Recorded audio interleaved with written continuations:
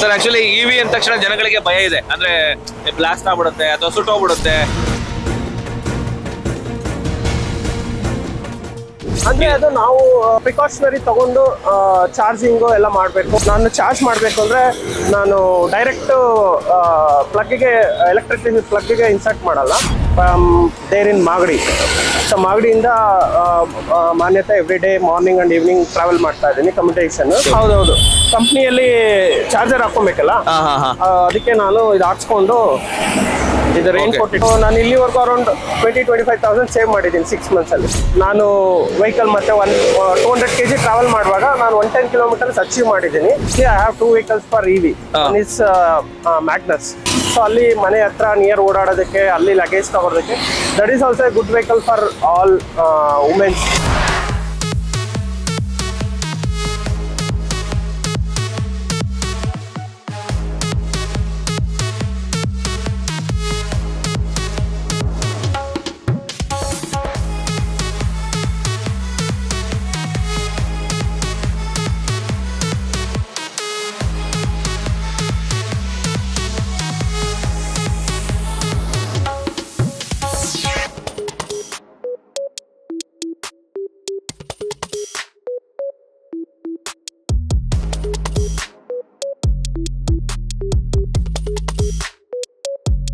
Hi, ನನ್ನ ಹೆಸರು ಯತೀಶ್ ಅಂತ.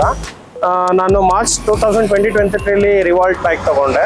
ಸೊ ಇದು ಚೆನ್ನಾಗಿದೆ ಬೈಕು. ಸಿಟಿ ರೈಡರ್ಸ್ಗೆ ತುಂಬ ಹೆಲ್ಪ್ ಆಗುತ್ತೆ.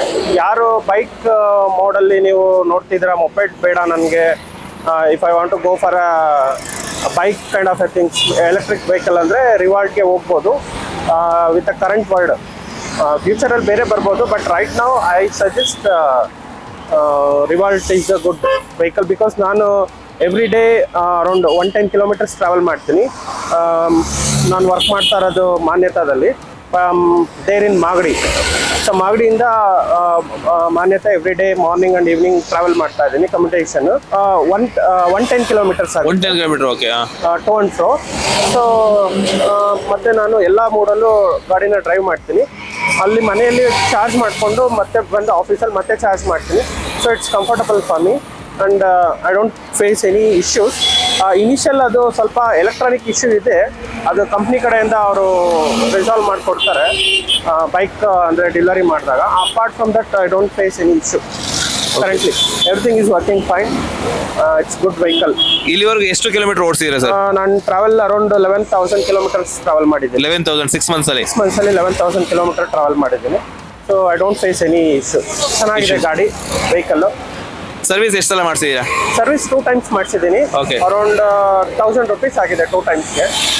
ಪೇ ಮಾಡಬೇಕಾ ಸ್ವಲ್ಪ? ಅದು ಜನರಲ್ ಚೆಕಪ್ ಅಂತ ಮಾಡ್ತಾರೆ. ಬೆಲ್ಟು, ಬ್ರೇಕ್ ಲಿಕ್ವಿಡ್ ಫ್ಯೂಲ್ಡ್ ಎಲ್ಲ ಚೆನ್ನಾಗಿದೆಯಾ ಇಲ್ಲ, ಜಸ್ಟ್ ಜನರಲ್ ಚೆಕಪ್. ಏನಾದರೂ ಐಟಮ್ ಹೋಗಿದೆ ಅದಕ್ಕೆ ಮಾತ್ರ ಚಾರ್ಜ್ ಮಾಡ್ತಾರೆ. ಅದರ್ ದನ್ ದಟ್ ಜನರಲ್ ಚೆಕಪ್ಗೆ ಫಸ್ಟ್ ಸರ್ವಿಸ್ಗೆ 250 ಚಾರ್ಜ್ ಮಾಡೋದು, ಆ್ಯಂಡ್ ಸೆಕೆಂಡ್ ಸರ್ವಿಸ್ಗೆ ಅರೌಂಡ್ 450 ಚಾರ್ಜ್ ಮಾಡೋದು. That's it. Other than that working fine. Sir ಇವಾಗ ನೀವು ಎಲೆಕ್ಟ್ರಿಸಿಟಿ ಬಿಲ್ ಎಷ್ಟು ಬರುತ್ತೆ ಇವಾಗ? ಎಲೆಕ್ಟ್ರಿಸಿಟಿ ಬಿಲ್ ನಾರ್ಮಲ್ ಇದೆ. ನನಗೆ ಒಂದು ಸೈಡ್ ಮಾತ್ರ ನಂದು ಮನೇಲಿ ಪೇ ಮಾಡೋದು. ಕಂಪ್ನಿಯಿಂದ ಫ್ರೀ ಇರೋದ್ರಿಂದ ಕಂಪ್ನಿದು ನಾನೇನು ಪೇ ಮಾಡಲ್ಲ. ಮತ್ತು ಮನೆಯಲ್ಲಿ ಅರೌಂಡ್ ಒಂದೊಂದು 100 to 150 ಎಕ್ಸ್ಟ್ರಾ ಆಗಿದೆ ಅಷ್ಟೇ ಕಂಪೇರ್ಡ್ ಟು. ಅದು ನನಗೆ ಅದು ಗೊತ್ತಾಗ್ತಾ ಇಲ್ಲ. ಮೇಜರ್ ಡಿಫರೆನ್ಸ್ ಅಂತ ಅನಿಸ್ತಿಲ್ಲ. ಮೇಜರ್ ಡಿಫರೆನ್ಸ್ ಅನಿಸ್ತಾ ಇಲ್ಲ. ಸೊ ನಾನು ಇಲ್ಲಿವರೆಗೂ ಅರೌಂಡ್ 20-25,000 ಸೇವ್ ಮಾಡಿದ್ದೀನಿ 6 ಮಂತ್ಸಲ್ಲಿ. ಪೆಟ್ರೋಲ್ ವೆಹಿಕಲ್ ಅಲ್ಲಿ ಹೋಗಿದ್ರೆ ಅರೌಂಡ್ 20-25 ನನಗೆ ಎಕ್ಸ್ಪೆನ್ಸ್ ಆಗ್ತಾ ಇತ್ತು. But I save that in this vehicle ಅಂತ ಹೇಳೋದಕ್ಕೆ ಇಷ್ಟ. But okay, over all okay.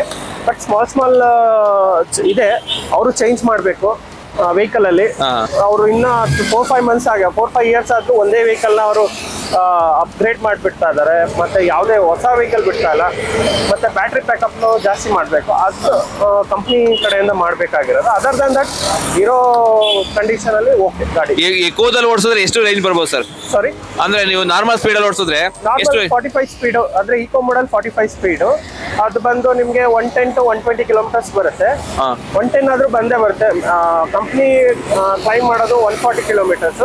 Considering India roads ups downs ಅಂತ ಹೋದೆ, ಮತ್ತೆ ಎಷ್ಟು ನೀವು ವೆಯ್ಟ್ ಗಾಡಿ ಮೇಲೆ ಹಾಕಿದ್ದೀರಾ ಅನ್ನೋದೆಲ್ಲ ಕನ್ಸಿಡರ್ ಮಾಡಿ ನನ್ನ ಪ್ರಕಾರ ಐ ಆಮ್ 100 kg ನಾನು ವೆಹಿಕಲ್ ಮತ್ತೆ 200 kg ಟ್ರಾವೆಲ್ ಮಾಡುವಾಗ ನಾನು 110 ಕಿಲೋಮೀಟರ್ಸ್ ಅಚೀವ್ ಮಾಡಿದ್ದೀನಿ ವಿತ್ ಕರೆಂಟ್ ಬೆಂಗಳೂರು ರೋಡ್ಸಲ್ಲಿ. ಬಟ್ ಏನಾದರೂ ನಾರ್ಮಲ್ ಹೈವೇಸಲ್ಲೆಲ್ಲ ಹೋದರೆ we can get it 120 in eco mode. ಮತ್ತು ನಾರ್ಮಲ್ ಮೂಡ್ ಅಂತ ಇದೆ, ಅದು ಬಂದು 60 ಸ್ಪೀಡು. ಅದರಲ್ಲಿ we can achieve 90 kilometres, company claim ಮಾಡಿರೋದು. But we can achieve 85 to 88 kilometres. ನಾನು ಟ್ರೈ ಮಾಡಿದ್ದೀನಿ, but I achieve in the highway. But local ರೋಡ್ಸಲ್ಲಿ ಅದು ಆಗಲ್ಲ, ಒಂದು 10 ಕಿಲೋಮೀಟರ್ಸ್ ವೇರಿ ಆಗುತ್ತೆ. ಮತ್ತು ಇನ್ನೊಂದು ಸ್ಪೋರ್ಟ್ಸ್ ಮೋಡು, ಅದರಲ್ಲಿ ಕಂಪ್ನಿ ಹೇಳೋದು 70, we can get it around 55 to 60 kilometres. That is 80 ಸ್ಪೀಡಲ್ಲಿ ಹೋಗುತ್ತೆ. ಅಲ್ಲಿ ನಿಮಗೆ ಬ್ಯಾಟ್ರಿ ತುಂಬ ಕನ್ಸ್ಯೂಮ್ ಆಗುತ್ತೆ. ಬ್ಯಾಟ್ರಿ ಪ್ಯಾಕ್ ಬಂದು 3.24 ಕಿಲೋವ್ಯಾಟ್ ಅಷ್ಟೇ ಇರೋದು. ಸೊ ಅದನ್ನು ಅವರು ಎನೌನ್ಸ್ ಮಾಡಿದ್ರೆ ಕಂಪ್ನಿಯವರು, ಸೊ ನೆಕ್ಸ್ಟು ಯಾರು ಬೈ ಮಾಡ್ತಾರೋ ಅವ್ರಿಗೆ ಈಸಿ ಆಗುತ್ತೆ. So this will be a good vehicle ಅಂತ ಹೇಳ್ಬೋದು. ಈಗಿನ ಕಾಂಪಿಟೇಟಿವ್ ವರ್ಲ್ಡಲ್ಲಿ ಅವರು ಎನೌನ್ಸ್ ಮಾಡಬೇಕು ನಾನು ಕೇಳುತ್ತೆ. So that's my opinion. So overall happy ಇದೆಯಾ ಸರ್ ನಿಮಗೆ? Good with that vehicle as compare to petrol vehicle. ನಾನು ಪೆಟ್ರೋಲ್ ವೆಹಿಕಲ್ ಇದೆ, ಅದು 1 ಲಕ್ಷ ಕಿಲೋಮೀಟರ್ಸ್ ಟ್ರಾವೆಲ್ ಮಾಡಿದ್ದೀನಿ. ಮತ್ತೆ ಅದು ಇಟ್ಕೊಂಡಿದ್ದೀನಿ ಆಸ್ ಎ ಸೆಕೆಂಡ್ ಬ್ಯಾಕಪ್ ಅಂತ. ಅಂದ್ರೆ ಒಂದು ಇರಲೇಬೇಕು ಒಂದು ಪೆಟ್ರೋಲ್ ವೆಹಿಕಲ್, ಯಾಕಂದ್ರೆ ತುಂಬಾ ಲಾಂಗ್ ಹೋಗ್ಬೇಕಂದ್ರೆ. ಮತ್ತೆ ನನ್ನ ಹತ್ರ ಇನ್ನೊಂದು ವೆಹಿಕಲ್ ಇದೆ. Actually I have 2 vehicles for EV. One is Magnus, ಇನ್ನೊಂದು ಯಾವ್ದು ಇದೆ? ಆಂಪೇರ್ದು ಮ್ಯಾಗ್ನಸ್ ಅಂತ. ಇದು ಸೊ ಅದು ಮನೆಯಲ್ಲಿ ಟ್ರಾವೆಲ್ ಮಾಡೋದಕ್ಕಂದ್ರೆ ನಿಯರ್, ನಾನು ಇರೋದು ನೇಟಿವ್ ಅಲ್ಲಿ ಅಂದ್ರೆ ಮಾಗಡಿಯಲ್ಲಿ. ಸೊ ಅಲ್ಲಿ ಮನೆ ಹತ್ರ ನಿಯರ್ ಓಡಾಡೋದಕ್ಕೆ, ಅಲ್ಲಿ ಲಗೇಜ್ ತಗೊಳೋದಕ್ಕೆ, that is also a good vehicle for all women's.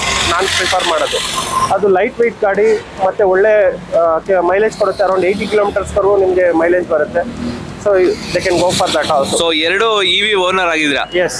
So 2 EV ಇಂದಲೂ ನಿಮಗೆ ಯಾವುದೇ ರೀತಿ ನೆಗೆಟಿವ್ ಇಂಪ್ಯಾಕ್ಟ್ ಆಗಿಲ್ಲ? ಇಲ್ಲ, ನನ್ಗೆ ಇಲ್ಲಿವರೆಗೂ ಯಾವುದೂ ಇಲ್ಲ. ಅದರಲ್ಲಿ ಆ ವೆಹಿಕಲ್ ಹೇಗೆ ಪರ್ಫಾರ್ಮೆನ್ಸ್ ಕೊಡುತ್ತೋ ಇದು ಅದೇ ಥರ ಇದೆ. ಅದ್ರಲ್ಲಿ ನಾವು 200 kgs ಎಲ್ಲ ಹಾಕೊಂಡು ಟ್ರಾವೆಲ್ ಮಾಡಿದ್ದೀವಿ. ಎಲ್ಲೂ ಸ್ಟಾಪ್ ಆಗಿಲ್ಲ, ಎಲ್ಲೂ ನಿಂತಿಲ್ಲ. ಎಂಥ ಅಪ್ಸ್ ಬಂದರೂ ಅದು ಹೋಗುತ್ತೆ. ಸ್ವಲ್ಪ ಸ್ಪೀಡ್ ಕಮ್ಮಿ ಇರುತ್ತೆ, it will travel. Sir actually EV ಅಂದ ತಕ್ಷಣ ಜನಗಳಿಗೆ ಭಯ ಇದೆ, ಅಂದ್ರೆ ಬ್ಲಾಸ್ಟ್ ಆಗ್ಬಿಡುತ್ತೆ ಅಥವಾ ಸುಟ್ಟೋಗ್ಬಿಡುತ್ತೆ. ಅಂದ್ರೆ ಅದು ನಾವು ಪ್ರಿಕಾಷನರಿ ತಗೊಂಡು ಚಾರ್ಜಿಂಗು ಎಲ್ಲ ಮಾಡಬೇಕು. ಮತ್ತೆ ಮಕ್ಕಳನ್ನ ಅಲ್ಲೆಲ್ಲ ಬಿಡಕ್ಕೆ ಹೋಗ್ಬಾರ್ದು. ನಾನು ಚಾರ್ಜ್ ಮಾಡಬೇಕು ಅಂದರೆ ನಾನು ಡೈರೆಕ್ಟ್ ಪ್ಲಗ್ಗಿಗೆ, ಎಲೆಕ್ಟ್ರಿಸಿಟಿ ಪ್ಲಗ್ಗಿಗೆ ಇನ್ಸರ್ಟ್ ಮಾಡಲ್ಲ, ಸ್ಟೆಬಿಲೈಸರ್ ಯೂಸ್ ಮಾಡ್ತೀನಿ. ಯಾವಾಗಲೇ ಚಾರ್ಜ್ ಮಾಡಬೇಕು ಮನೆಯಲ್ಲಿ ಅಂದರೆ. ಔಟ್ಸೈಡ್ ಆದರೆ ಅದು ಎಲ್ಲ ಪ್ರಿಕಾಷನರಿ ತೊಗೊಂಡಿರ್ತಾರೆ. If I go for any other device connect ಆಗಬೇಕು ಅಂದರೆ ಪ್ರಿಕಾಷನರಿ ತೊಗೊತಾರೆ. ಮನೆಯಲ್ಲಿ ಸ್ವಲ್ಪ ಕಮ್ಮಿ ಇರುತ್ತೆ. ಸೊ ಆ ಪರ್ಪಸ್ಸಿಂದ ನಾನು ಏನು ಮಾಡ್ತೀನಿ, ಇದರಿಂದ ಸ್ಟೆಬಿಲೈಸರ್ ಯೂಸ್ ಮಾಡ್ತೀನಿ. 2500 volts ಸ್ಟೆಬಿಲೈಸರು. ಅಲ್ಲ, ಕಂಪನಿಯವರು ಹೇಳಿದ್ರೆ ಅಥವಾ ನೀವು ಯೂಸ್ ಮಾಡ್ತಾ ಇರೋದು? ಕಂಪನಿಯವರು ಸಜೆಸ್ಟ್ ಮಾಡಿದ್ರು, ಬಟ್ ನಾನು ಅದನ್ನ ಇದು ಮಾಡ್ಕೊಂಡೆ. ಅಂದ್ರೆ ಇದಕ್ಕಿಂತ ಸಪ್ರೇಟ್ ತಗೊಂಡ್ರೆ ಸ್ಟೆಬಿಲೈಸರ್ ಅಥವಾ ಬೇರೆ? ಸಪ್ರೇಟ್ ತಗೊಂಡೆ. ಅಮೆಝಾನ್ ಅಲ್ಲಿ ಬೈ ಮಾಡಿದೆ. ಅದು ಒಳ್ಳೇದು. ನಾನು ಯಾರು EV ಯೂಸ್ ಮಾಡ್ತಾ ಇದ್ದಾರೋ ಅವ್ರಿಗೆ ಸಜೆಸ್ಟ್ ಮಾಡೋದಂದ್ರೆ, ನೀವು ಮನೇಲಿ ಚಾರ್ಜ್ ಮಾಡಬೇಕು ಅಂದ್ರೆ use a stabiliser and charge it vehicles. ಎಷ್ಟಾಗುತ್ತೆ ಸರ್ ಅದು ಕಾಸ್ಟ್? ಸಾರಿ, ಕಾಸ್ಟ್ ಎಷ್ಟಾಗುತ್ತೆ? ಕಾಸ್ಟ್ ಅರೌಂಡ್ 2500 ಆಗುತ್ತೆ. ನೀವು ಒಂದು 2 lakhs 3 lakhs ಗಾಡಿಗೆ ಪರ್ಚೇಸ್ ಮಾಡ್ತೀರಾ. ಸೊ ಜಸ್ಟ್ ಒಂದು 2000-3000 ಅಲ್ಲಿ ಏನು ಇಂಪ್ಯಾಕ್ಟ್ ಆಗಲ್ಲ ನಾನು ಕೇಳಿದ್ರೆ. You can use for that. ಒಳ್ಳೆ ಇದಾಗುತ್ತೆ. ಮತ್ತೆ ಏನೇ ಶಾರ್ಟ್ ಸರ್ಕ್ಯೂಟ್ ಆದರೂ ನಿಮಗೆ ಸ್ಟೆಬಿಲೈಸರ್ ಎಲ್ಲ ಕಂಟ್ರೋಲ್ ಆಗುತ್ತೆ. ಗಾಡಿಗೆ ಯಾವುದೇ ಇಂಪ್ಯಾಕ್ಟ್ ಆಗಲ್ಲ. ಸೊ ಒಳ್ಳೇದು ಅಂತ ಹೇಳ್ತೀನಿ. ಸರ್ EVಗೆ ಹೋಗುವಂಥವ್ರಿಗೆ ಏನು ಸಜೆಸ್ಟ್ ಮಾಡ್ತೀರಾ? EVಗೆ ಹೋಗುವಂಥವ್ರು ನಾನು ಕೇಳಿದ್ರೆ, ಅವರು ಫಸ್ಟ್ ನಿಮಗೆ ಯಾವ ವೆಹಿಕಲ್ ಇಷ್ಟ ಆಗುತ್ತೆ ಅನ್ನೋದು ಅನಲೈಸ್ ಮಾಡಿ. Don't go directly. ಯಾವುದೇ ವೆಹಿಕಲ್ ಆಗಲಿ ಫಸ್ಟ್ ಟೆಸ್ಟ್ ರೈಡ್ ಮಾಡಿ. ಮತ್ತು ಅದು ಸೀಟ್ ಕಂಫರ್ಟ್ ಇದೆಯಾ, ಮತ್ತು ಅದು ನಿಮಗೆ ಓಡಿಸೋದಕ್ಕೆ ಓಕೆನಾ, ಮತ್ತು ಲೆಗ್ಸ್ ಎಲ್ಲ, ಕೆಲವರು ದೊಡ್ಡವ್ರು ಇರ್ತಾರೆ, ಚಿಕ್ಕವ್ರು ಇರ್ತಾರೆ, ಲೆಗ್ಸ್ ಎಲ್ಲ ಓಕೆನಾ, ಮತ್ತು ನಿಮಗೆ ಫುಟ್ ರೆಸ್ಟ್ ಎಲ್ಲ ಕರೆಕ್ಟಾಗಿ ಕೂರ್ಬೋದಾ, ನಿಲ್ಬೋದಾ, ಗಾಡಿನ ನಾನು ಹ್ಯಾಂಡ್ಲ್ ಮಾಡ್ಬೋದಾ ಕರೆಕ್ಟಾಗಿ ಟ್ರಾಫಿಕಲ್ಲಿ. ಸೊ ಅದನ್ನೆಲ್ಲ ಟೆಸ್ಟ್ ಡ್ರೈವ್ ಮಾಡಿ, ಅನಲೈಸ್ ಮಾಡಿ. ಈಗ ನಮಗೆ 108 ಇದೆ ಕಂಪ್ನಿಗಳು EVಯಲ್ಲಿ. ಸೊ ಓಲಾ, ಈಗ ಮೇಜರ್ ಇರೋದು ಓಲಾ, ಏತರ್, ರಿವಾಲ್ಟು. ಈಗ ತುಂಬ ಅವು 3 ನಮಗೆ ಇಟ್ಸ್ ನೋನ್. ಮತ್ತೆ ಇದು ಓಕಿನಾವಾ, ಅದೆಲ್ಲ ಸ್ವಲ್ಪ ಪ್ರಚಲಿತವಾಗಿರೋ ಕಂಪ್ನಿಗಳು.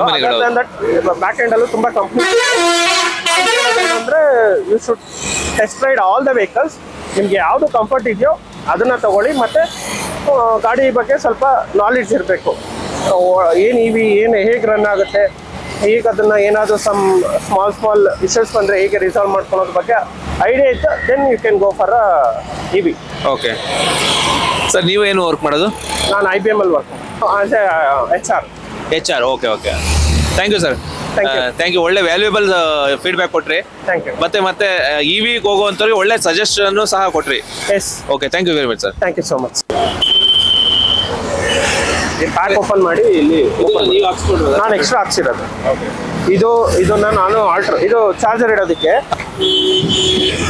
ಓ, ಸೊ ಚಾರ್ಜರ್ ಇಡ್ಲಿಕ್ಕೆ ಹಾಕ್ಸ್ಕೊಟ್ಟಿರೋದು ನೀವು? ಹೌದೌದು, ಕಂಪ್ನಿಯಲ್ಲಿ ಚಾರ್ಜರ್ ಹಾಕೊಬೇಕಲ್ಲ, ಅದಕ್ಕೆ ನಾನು ಇದು ಹಾಕ್ಸ್ಕೊಂಡು ಇದು ರೈನ್ ಕೋಟ್ ಇಟ್ಕೊಂಡಿದ್ದೀನಿ. ಒಂದು ಒಳ್ಳೆ ಟಿಪ್ಸ್ ಇದು ಆಕ್ಚುಲಿ, ಯಾಕಂದ್ರೆ ಇದರಲ್ಲಿ ಚಾರ್ಜರ್ ಇಡ್ಲಿಕ್ಕೆ ಏನು ಇದಿಲ್ಲ, ಬಾಕ್ಸ್ ಇಲ್ಲ ಅಂತ ಅದಲ್ಲ, ಅಂತವ್ರಿಗೆಲ್ಲ ಒಂದು ಒಳ್ಳೆ ಟಿಪ್ಸ್.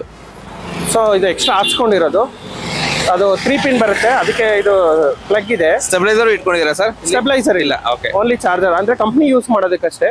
ಮನೆಯಲ್ಲಿ ಸ್ಟೆಬಿಲೈಸರ್ ಯೂಸ್ ಮಾಡ್ತೀನಿ.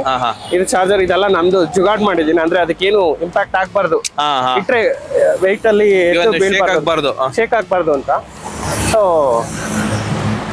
ಸೊ ಒಂದು ನಾಲೆಡ್ಜ್ ಇಟ್ಕೊಂಡು ಇವಿನ ಮೇಂಟೈನ್ ಮಾಡಿದ್ರೆ ಒಳ್ಳೆ.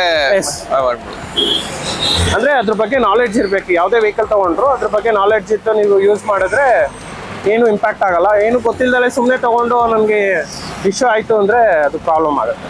Okay, thank you sir, thank you very much. Your good name sir? Actually Yatish. Okay. Information and interesting ಸುದ್ದಿಗಳಿಗಾಗಿ public choice Kannada YouTube channel subscribe ಮಾಡಿ, ಲೈಕ್ ಮಾಡಿ ಮತ್ತು ಶೇರ್ ಮಾಡಿ. ಹಾಗೆ ಫೇಸ್ಬುಕ್ ಅಲ್ಲಿ ಫಾಲೋ ಮಾಡೋದನ್ನು ಮರಿಬೇಡಿ.